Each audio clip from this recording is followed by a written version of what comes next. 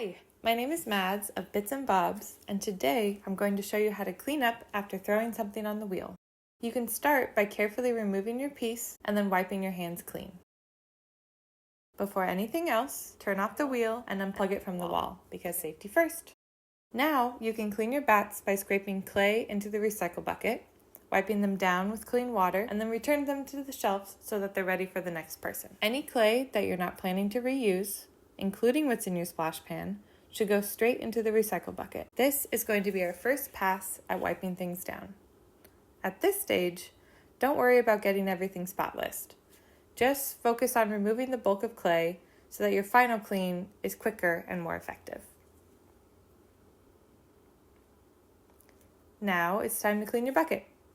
Dump the dirty water into the rinse tub, give it a rinse, and then refill it with fresh water for the final clean.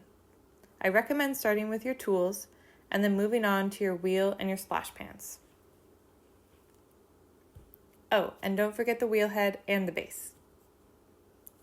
When you're done, the water used can go into the bigger water settling container. If you're using dark clay or had a particularly messy session, you may need to repeat these steps until there's no visible residue left. Water that is mostly clear can go down the sink, but when in doubt, add it to the settling bucket just to be safe. Once everything's clean, neatly restock the wheel, place the cords, pedal, and stool on top, and then mop or sponge up any of the spills on the floor and the walls. Make sure to rinse out your sponges in the rinse tub when you're done. Thanks for watching. Now, go get your hands dirty.